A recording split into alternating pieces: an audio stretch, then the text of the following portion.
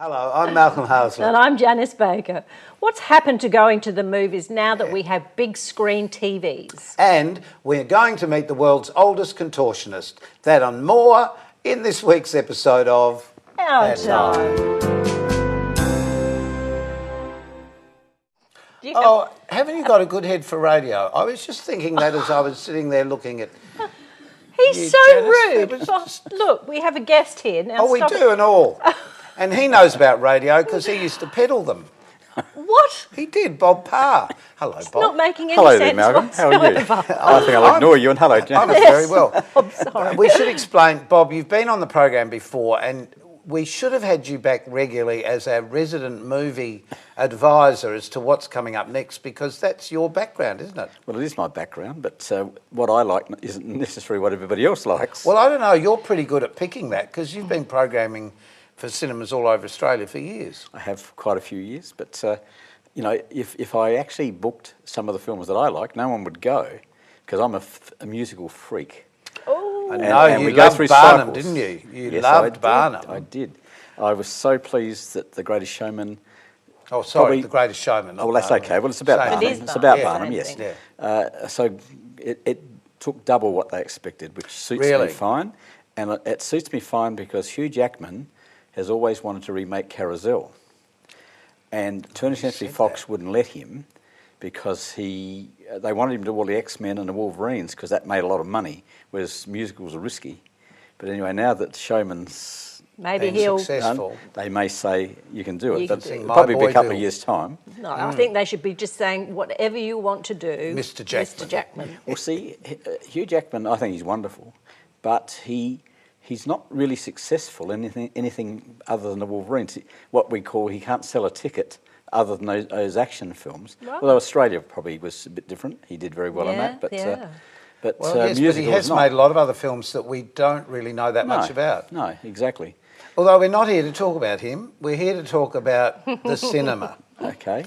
So, Bob, we've got some pictures here of different cinemas around Australia, and it's really interesting to look at some of them because they're little more than, well, this isn't. This is, well, you know what this one is. It's West. Now, West has been there a very, very long time because it's used by the orchestra now. But before it was called the Winter Garden, wasn't it? It was. And it was a cinema that had a full live show with the fly gallery that you could fly scenery up Way and down. before you on my time, of course. But Oh, really? Oh, I only thought knew was it. in my time, Bob.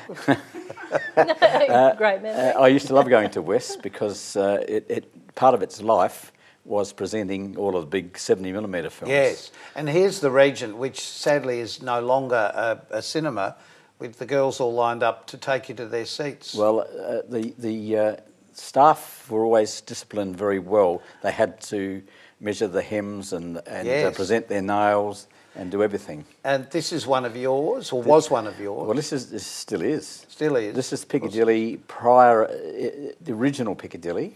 When there with was the just small one screen. big cinema. When it was one big cinema, and you can see on the right the windows before it was air conditioned.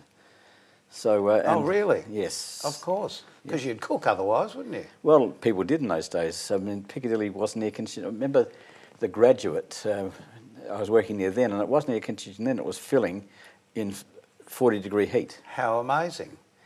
Right, there's the Huey Wallace in the middle there, and behind him is John Harvey, who's the reason I started working for Wallace, and John had a cinema up on the York Peninsula, or three actually, where Huey Wallace had a shack, and Huey said to him one day, "The drive-ins have done very well, but I wouldn't mind. I know cinemas make no money, but I wouldn't mind a couple just as a hobby."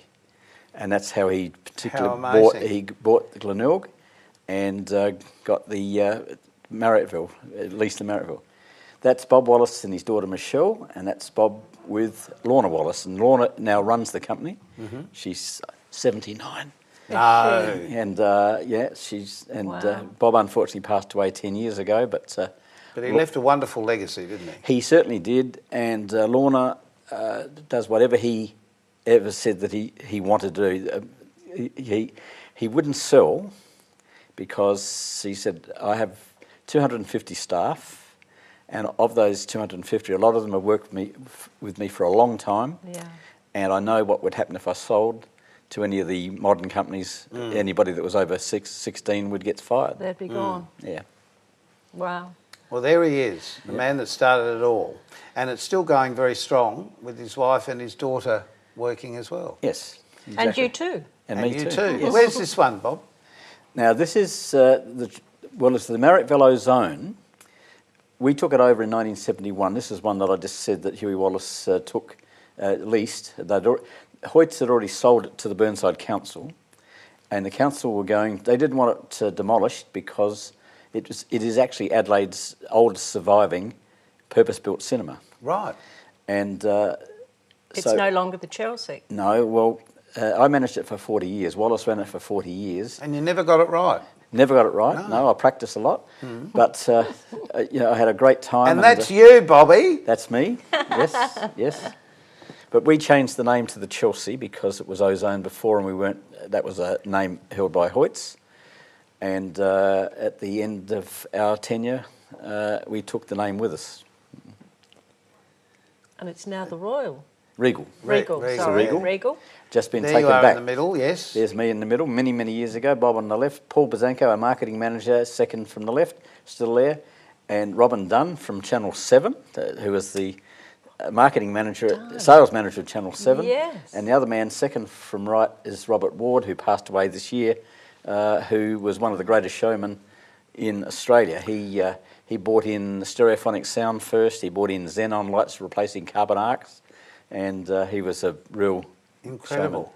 So, Bob, there have been so many people involved in cinemas, but there's also been so many different types of cinemas, Certainly have been. starting from outdoor ones, I guess. Yes.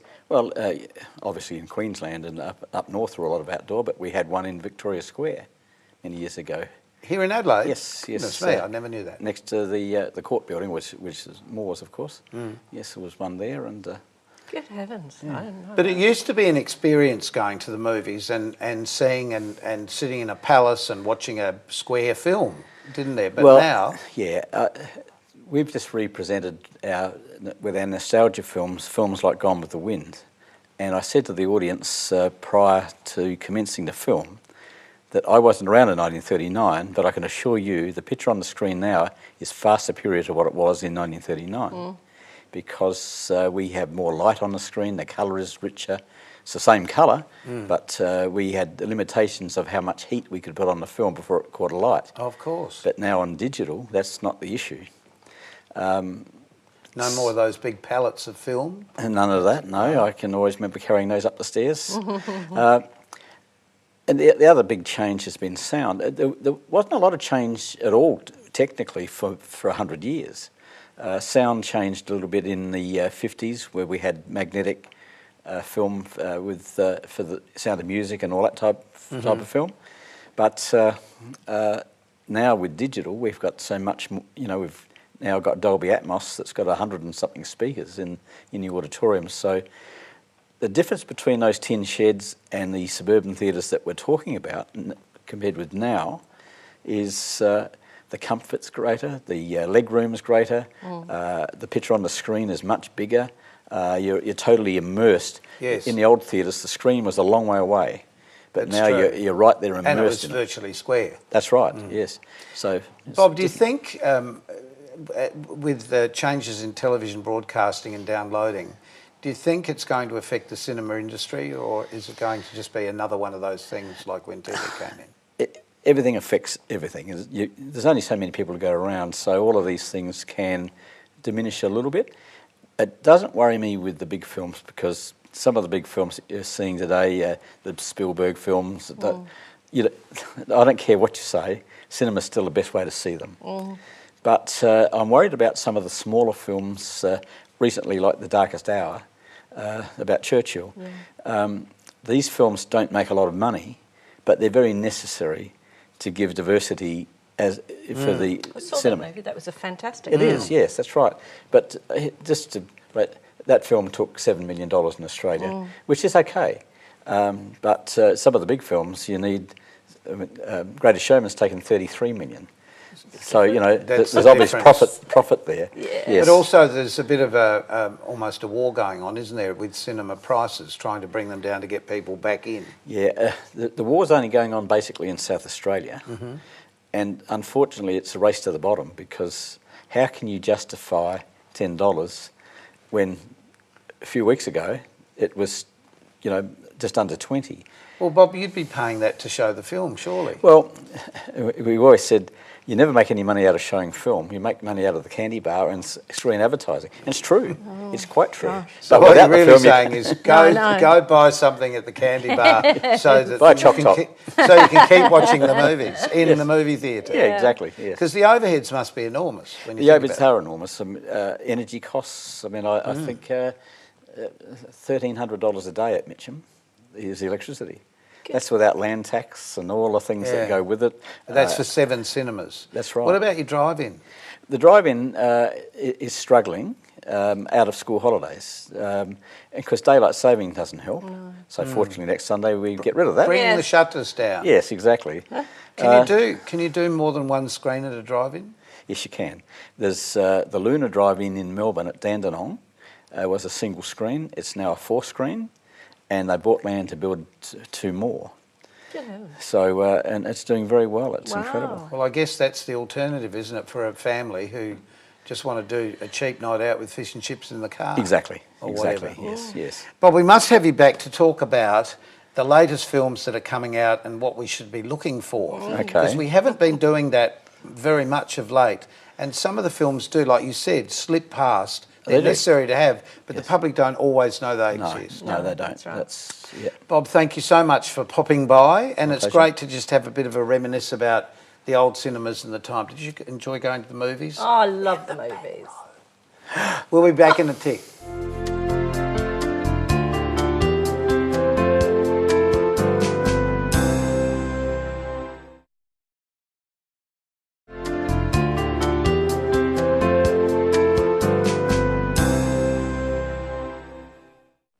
And we're back. We are. Yes, and we have another guest. And who is it, Janice? It's Christine Danton. Welcome to the program, Thank you very Christine. much. Nice to be here.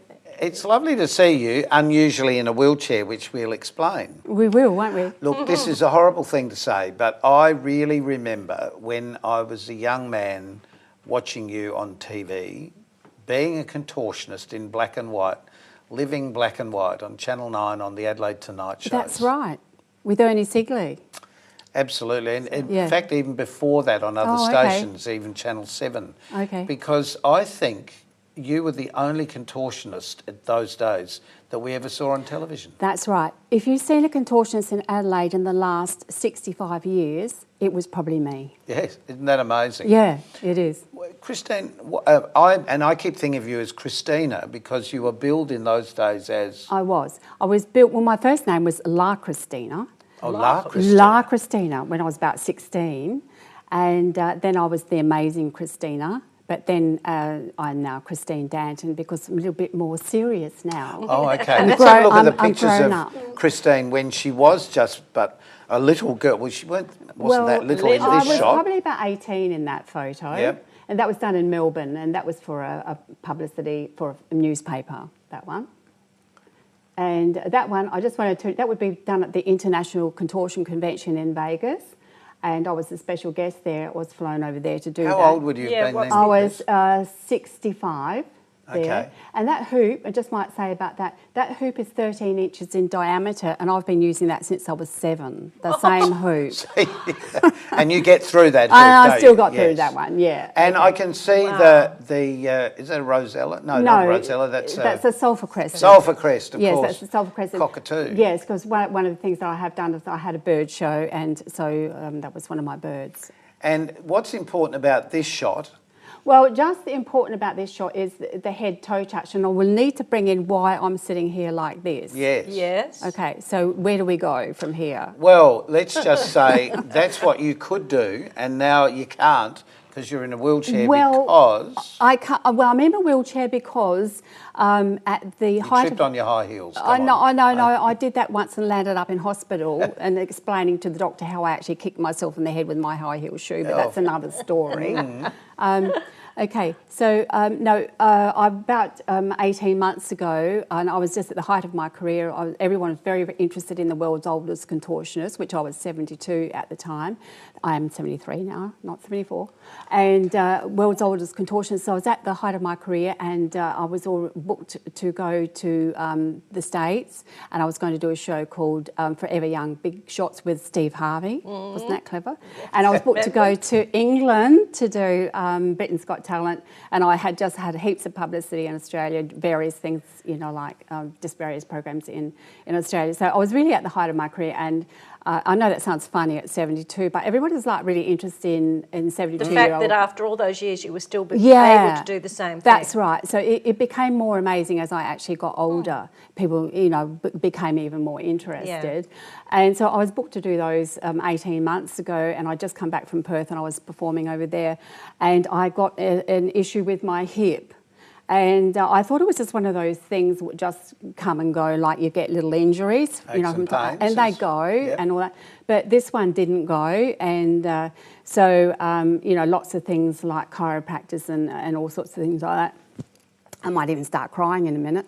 Okay. Is that all right? Yes, no. Okay, and all that sort of thing, and think it would go away, and eventually it turned out there was actually my hip.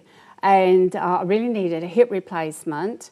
But the problem was, because of my contortion work, there was a worry about it dislocating. And so I couldn't have it done then. But that was, like 18 months ago. And now things have got to crisis point that I'm actually going to be having a hip replacement in 2 weeks' time. Now, people would say, well, clearly it's because of what she did. Well, they probably would say that, and have to question that as well. But I certainly think this reason, because both my parents had arthritis when they were 40, and I haven't got it till I was 72. So I feel that I was in very, very good condition until I was 72. So I feel like I staved it off, for 30 years beyond what my parents got. You're unique. I remember, Janice, it's funny because when I was a kid, I wasn't a kid because it was only a couple of years difference between us. But only a couple of years, remember. Only a couple. Thank you. A couple. Yes. But because I remember my mother saying, of course, she's double jointed, and people always think that you've got some sort of strange joint thing. But really, it's a lot more about hard work, isn't it? Well, it is. It's about training. And it is training. It's like being a ballet dancer or being a musician. But as you said, you were a dancer initially? I was. I started off as a dancer. So then why did you get into being a contortionist? Because I was clever. Good answer. Because you could do something different. Because I could do something, because bit different. I was just being a ballet dancer until I was old enough to go out to do my career. Yeah. But when I was still at school, when television started in Adelaide in 1959, I was doing the Channel 7 ballet twice a week. I was in the nighttime show and in the children's show. So I was doing 2 TV shows, and I was just 15 at the time. And at the time, I was also doing my contortion act and going out to places in Adelaide and working on my contortion act. So when I was old enough, I left Adelaide and took off onto my career, and so I stopped being a ballet dancer and became a contortionist after that. Do you know, you're right in what you said. I reckon anybody and everybody who ever saw a floor show or went to a club would have seen you do what you did. Yeah, they would have. I was the only one. In fact, there was very, very few contortionists even in Australia at that time. There might have been 2 or 3. So it was very rare. There's a lot more now. Is it always a female thing, or can men do it? Men can do it, but females are naturally more flexible than men. So it's quite unusual for a man to do contortion work. But there's one called Philip Tigris he came here to do the fringe, and there are a few, and they usually front bending. Because there's front bending and back bending. Did you know that? No. Well, you see. There you go. There you get an education. Exactly. And so boys are usually front benders and girls are usually back benders. Of course. Usually. Yes. But I was both. And because I was both, I had my photo taken when I was 21, and it was in the Danton's medical journal about hypermobility, because I was doing a front bend and a back bend when I was 21. So that's still in that medical journal. But girls usually are more flexible than guys, because girls are built to have babies and guys usually don't have babies. No, they don't. But Not do you yet. teach? Do you actually teach as well? I have taught a little bit from time to time, but there's not a great call for contortionists. You don't have a great big school with all these contortionists. No, but I coming just along. wondered if anybody had come to you wanting to do it, then Yeah. you would obviously pass on your skills. Yeah, I do, and I do on a one-on-one basis. And if somebody's really got talent, or if they not even if they've got a real talent, but if they're just really, really keen, then I will teach But them. you must have constantly worked on your body to be able to remain that flexible. I did. How long a day? Did you do something every day? I did. When I was young, I was doing 4 hours a day, and and then as I got older, I actually found that it actually got easier, and I didn't have to train so much. So in the Everything had stretched that much. It was it by was, itself. It was more like a body memory. Yes. It was like a Yeah. body memory. And at 55, I actually did retire, and I didn't do anything for 2.5 years. I didn't do any training. I was so over it. You know why I retired too? Because at that time, we were working around the hotels and drunks and everything. I was just over that. So I retired, and so for 2.5 years, I didn't do anything. And then I decided that I really need to get back, because things started to kind of droop a bit. And so I wanted to get back. So it had never been done before, as far as I know. Anyway, I started training, and at first it was, nothing happening. But I was such a desire to get back there. I was so focused on it that in 3 months I actually had my act back. So I got from 57 to now 72. I got another 15 years career. It's amazing. Yeah. You genuinely are amazing. Yes, I mean, you what are. you've achieved in your life is quite extraordinary. But Christine, now you are in a wheelchair, unfortunately. Yeah. Will you be able to go back when you've had the operation? Will you be able to, or do you want to go back? I wouldn't be able to go back and do what I did before. I can still do that head-toe touch, which was that last thing that we did. Not with my feet down by my ears, but I can get them up Still up. to my head. I do. Great for answering the phone. Can you hear that? Yeah, boom, boom. Okay, so I can still do that, but my training is obviously not. I can't even stand up onto my toes. I can't do a lot, but I have to adjust it. So I wouldn't be going back being contortionist. Because of the risk of dislocation for a start. Yes. But I feel that I would be able to get my flexibility back. It would be taking training to get there. I feel like I would get it back again. If all goes well with the hip replacement, I'd love to come back and talk to you again about this, because it would be interesting to see where your career takes you from now on. Or in fact, if we've been talking to somebody who's really interested to find out more about becoming a contortionist, then this is the lady you need to talk to. Christine, thank you so much for joining us. Stay with us, because we'll be back with Bob Parr in a moment with just a wrap-up of this episode.